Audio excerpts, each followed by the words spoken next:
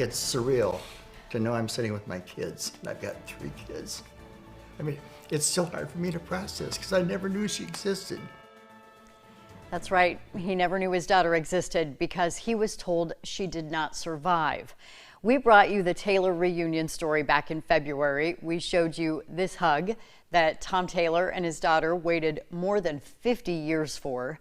Sadly, their story is not uncommon. An entire generation of kids became part of the baby scoop era. It was a terrible situation. When Tom Taylor and his fiancee found out they were pregnant in 1969, they were horrified. What would their family, friends, and society think? That was our fear, that our secret would be found out. They decided on adoption just weeks before the baby was born. She begged to hold her just once, and they wouldn't let her, so they rolled her out. And then I think the adoption paper said that, or the journal said that the mother was out of control, and she was. She was terribly out of control in the delivery room because she wanted to hold that baby. I came back in, she was even more hysterical. Somebody came in and said, "I'm sorry, Mrs. Taylor, your baby has passed away." Unbelievable. Well, there's some organizations who work hard today on trying to, get rid of the secrecy and lies in adoption. Ann Fessler has spent decades researching adoption and the period of time known as the baby scoop era. She is disgusted but not surprised by the Taylor story. They would tell a woman that her baby died because they would think, well, then she'll be able to forget about it. She'll be able to, let it go because they sensed that she was going to have a lot of trouble with this. The baby didn't live, so you don't have to, think about it anymore. Between 1943 and 1970, 1.5 million women surrendered babies for adoption. Fessler says many of them didn't want to. She interviewed more than 100 of them for her book, The Girls Who Went Away. Many of them are begging their parents and, I don't want to give up this child, but it's like they're on this conveyor belt and they can't go backwards. If they're in high school or college, they're going to be kicked out. They've already been kicked out because they're pregnant. And if they keep their child at this time, they cannot return. If they were a teacher or a nurse, they had to immediately get, they couldn't continue in their job. So they were looking at a future that was bleak, which is how, the agencies and the churches and everybody were able to convince them, you don't want a life like that for your child. I met Jane Metcalf in 2019. Don't look at your baby or that baby will be with you the rest of your life. She told me about her experience in 1970. My family told our relatives and friends that I had gone to live with my sister in another town. And that's what people did. They lied. In reality, her parents sent her to a home for unwed mothers. And the house mother was great that took me to the hospital.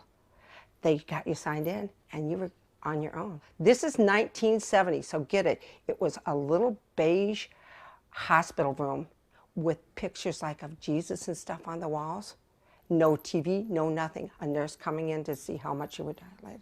It was horrifying. So you were all alone, really? Yeah, you were.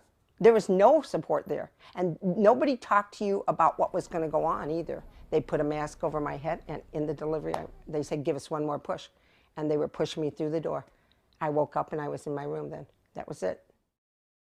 You never saw your son? No, never saw him. What was going through your heart? I think I was kind of numb because I knew what decision I had made. And I think there was just a certain amount of numbness. And it was like, there was nothing I could do. Jane says the choice was hers and she never hid it. But many of the women Fessler interviewed did. And the women themselves had been told to never tell this horrible secret about their lives. They were told to not tell future husbands. They were told to not tell their children because at that time it was considered so shameful. And of course, the women are stuck in that shame of their time and how they were treated. What was it like for you to sit with these women in that pain? I didn't make it through. I don't think I made it through any interview without tears running down my face.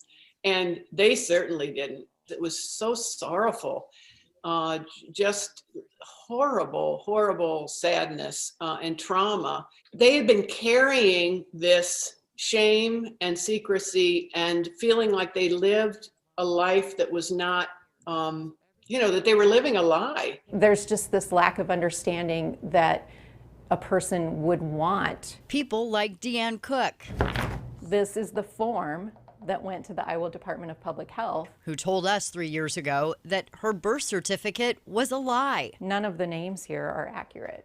That's not what happened on July 29th, 1969. My parents didn't know me. Because the parents listed are her adoptive parents. They were always open about adoption, and Deanne eventually found and met her birth mother. You know, we had a really full relationship, and our family was one big family. You know, my mom, my kids, my in-laws, we were all one big family. And it eventually turned out that way for Tom Taylor when the daughter he thought was dead contacted him. I'll reach out to him and we're going to be connected in probably about 10 minutes. And But the secrets and lies caused a lot of trauma. What am I going to do? No one knows. My kids don't know. I don't want to embarrass them to know that I fathered a child and hid it all these years. Guilt, shame, Just feeling this big sense of loss that was never really expressed.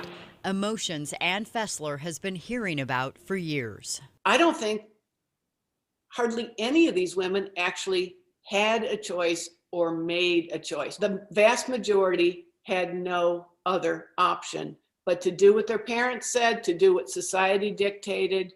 And one woman put it very well in the book. She said, the child wasn't unwanted by me, it was unwanted by society. And Fessler turned her book into the film A Girl Like Her. That's what a lot of that footage is. You can find links to both on our website, WHO13.com, along with the previous adoption stories I produced in 2019. It is heart-wrenching. Yeah. That's an understatement, Erin. And this was really, it was personal for Fessler. This was like a mission, right? Truly. She's an adoptee, and her short film that she made about her adoptive mother is just one of many things that led to these eventual projects. She has literally spent decades researching adoption, and she, by the way, connected with her birth mother after she interviewed all of those other women for those projects. You said it affects hundreds of thousands of people. We know there are some of our viewers, people watching this right now, who have already reached out to you. Yeah, and their stories are heart-wrenching too. So we hope this gives everyone at least some form of closure. Thanks for giving a voice to these women, Erin. Yeah.